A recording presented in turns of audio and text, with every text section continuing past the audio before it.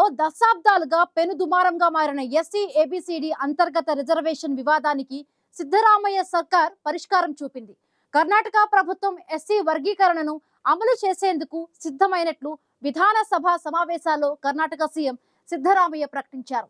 35 ఏళ్లుగా దళితుల వర్గీకరణ కోసం చేస్తున్న పోరాటాలు, ఇందులో నమోదైన కేసులను మాఫీ చేస్తున్నట్లు ప్రకటించారు. జస్టిస్ నాగమోహన్ దాస్ నివేదికను పూర్తిగా కాకుండా 80% ఆమోదించే ప్రయత్నం చేస్తున్నట్లు సిద్ధరామయ్య ప్రకటించారు.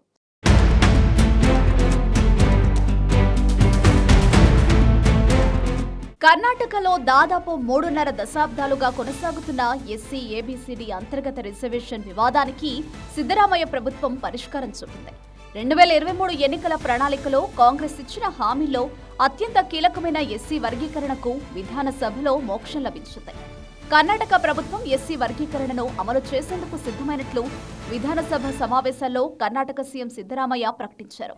35 ఏళ్లుగా దళితుల వర్గీకరణ కోసం చేస్తున్న పోరాటాలు, ఇందులో నమోదైన కేసులను మాఫీ చేస్తున్నట్లు ప్రకటించిన సిద్ధరామయ్య, జస్టిస్ నాగమోహన్ దాస్ నివేదికను పూర్తిగా కాకుండా 80% ఆమోదించే ప్రయత్నం చేస్తున్నట్లు ప్రకటించారు. తన మంత్రివర్గంలో ఉన్న దళిత సహచరుల అభిప్రాయాలకు ప్రాధాన్యత ఇస్తూ 3 కేటగిరీల దళిత ఉపజాతులకు న్యాయం చేకూర్చేలా రిజర్వేషన్ను పంచినట్లు సిద్ధరామయ్య తెలిపారు. ఈ వర్గీకరణ తర్వాత ఓసారి నియామకాలకు వయోపరిమితిని సడలించే అవకాశాన్ని కూడా కల్పిస్తామని ప్రకటించారు. మొత్తంగా ఈ వర్గీకరణ అందరికీ సంతోషాన్ని తెచ్చిందని ముఖ్యమంత్రి సిద్ధరామయ్య ప్రకటించారు. ఇందులో భాగంగానే సిద్ధు కేబినెట్ ముఖ్యమైన తీర్మానం చేసింది. ఎస్సీలో లెఫ్ట్, రైట్ అనే 2 వర్గాలకు చెరో 6% రిజర్వేషన్ ఇచ్చేందుకు సిద్ధరామయ్య ప్రభుత్వం నిర్ణయం తీసుకుంది. అలాగే మిగిలిన కులాలను 3వ వర్గంగా చేర్చి వారికి 5% రిజర్వేషన్ ఇవ్వనున్నారు. ఇలా మొత్తం 3 వర్గాలుగా ఎస్సీలను విభజించి రిజర్వేషన్ పంచాలని సిద్ధు సర్కార్ నిర్ణయించింది.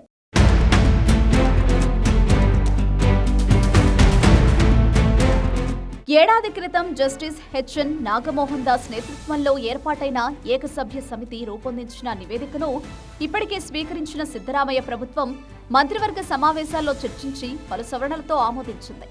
సీఎం సిద్ధరామయ్య ఈ వర్గీకరణ నివేదికను సభలో ప్రవేశపెట్టారు. 101 ఉపజాతులున్న ఎస్సీలకు రాష్ట్రంలో 17% రిజర్వేషన్ అమలవుతోంది. వీటిని లెఫ్ట్, రైట్, స్పృశ్య కేటగిరీలుగా వర్గీకరించారు.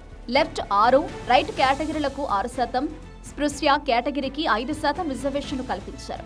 ఈ వర్గీకరణ ఆధారంగానే రానున్న నియామకాలన్నీ చేపట్టనున్నట్లు ముఖ్యమంత్రి సిద్ధరామయ్య తెలిపారు. గతంలో నాగమోహన్ దాస్ కమిటీ ఇచ్చిన నివేదిక ప్రకారం ఎస్సీ సముదాయాన్ని 5 వర్గాలుగా వర్గీకరణ చేశారు. మొదటి వర్గంలో అత్యంత వెనుకబడిన వర్గాలకు 10% రిజర్వేషన్, ఆ తర్వాత ఎస్సీ ఎడమ వర్గానికి 6%, మూడో కుడి వర్గానికి 5% రిజర్వేషన్ ఇవ్వాలని సిఫార్సులు చేసింది. 4వ వర్గంలో బంజారా, భోవి, కురచ, కోరమలకు 4%, ఇక 5వ వర్గంలో ఆది కర్ణాటక, ఆది ద్రావిడ, ఆది ఆంధ్రాకు 1% రిజర్వేషన్ కల్పించాలని సూచించింది. అయితే సీఎం సిద్ధరామయ్య మంత్రివర్గం 5 వర్గాలుగా కాకుండా 3 వర్గాలుగా ఎస్సీలను విభజించి రిజర్వేషన్లను ప్రకటించింది.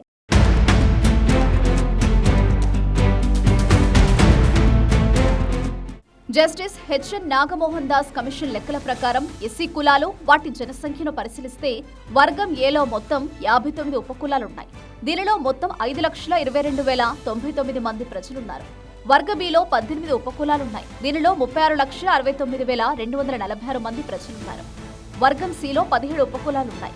దీనిలో మొత్తం జనాభా 30,08,633 మంది ప్రజలున్నారు. ఇక వర్గం డిలో 4 ఉపకులాలున్నాయి. దీనిలో మొత్తం జనాభా 28,34,939 మంది ఉన్నారు. వర్గం ఈలో 3 ఉపకులాలుండగా జనాభా 4,74,954 మంది ఉన్నారు. అయితే సీఎం సిద్ధరామయ్య మంత్రివర్గం 5 వర్గాలుగా కాకుండా 3 వర్గాలుగా ఎస్సీలను విభజించి రిజర్వేషన్లను ప్రకటించింది. అయితే 3వ వర్గమైన ఇతర ఎస్సీ కులాల నేతలు అసంతృప్తితో ఉన్నారు.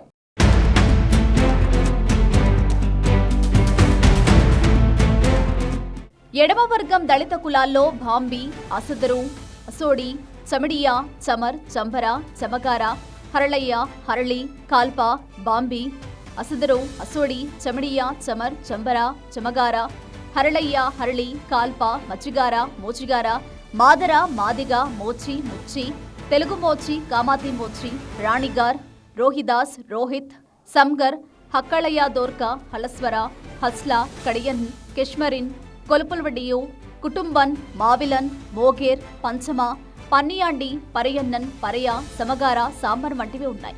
ఇక కుడివర్గ దళిత కులాల్లో అణముక్, అరరేమాల, అరవమాళ, బలగై, చలవాది, చెన్నయ్య, పల్లన్, హోలయ, మహ్యవంశీ, దేడ్, వంకర్, మారువంకర్, మాళ, మలహడ్డాయి, మళజంగమ, మాళమాస్తి, మలమారాట, నెట్కని, మహార్, తరళ్, ధేళు, దేగులు, ఆది ఆంధ్ర, ఆది ద్రావిడ, ఆది కర్ణాటక ఉన్నాయి.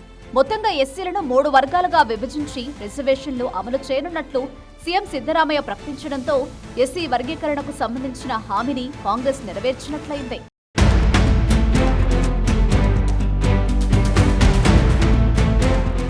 దాదాపు 3.5 దశాబ్దాలుగా కర్ణాటకలో ఎస్సీ వర్గీకరణపై జరుగుతున్న పోరాటానికి ఎట్టకేలకు ఫలితం లభించింది. కర్ణాటకలోని కాంగ్రెస్ 2023 ఎన్నికల ప్రణాళికలో ఇచ్చిన హామీల్లో అత్యంత కీలకమైన ఎస్సీ వర్గీకరణను అమలు చేస్తామని ప్రకటించింది. దీంతో ఎస్సీ వర్గీకరణ విషయంలో కాంగ్రెస్ ప్రభుత్వం ఇచ్చిన హామీని నిలబెట్టుకున్నట్టయింది.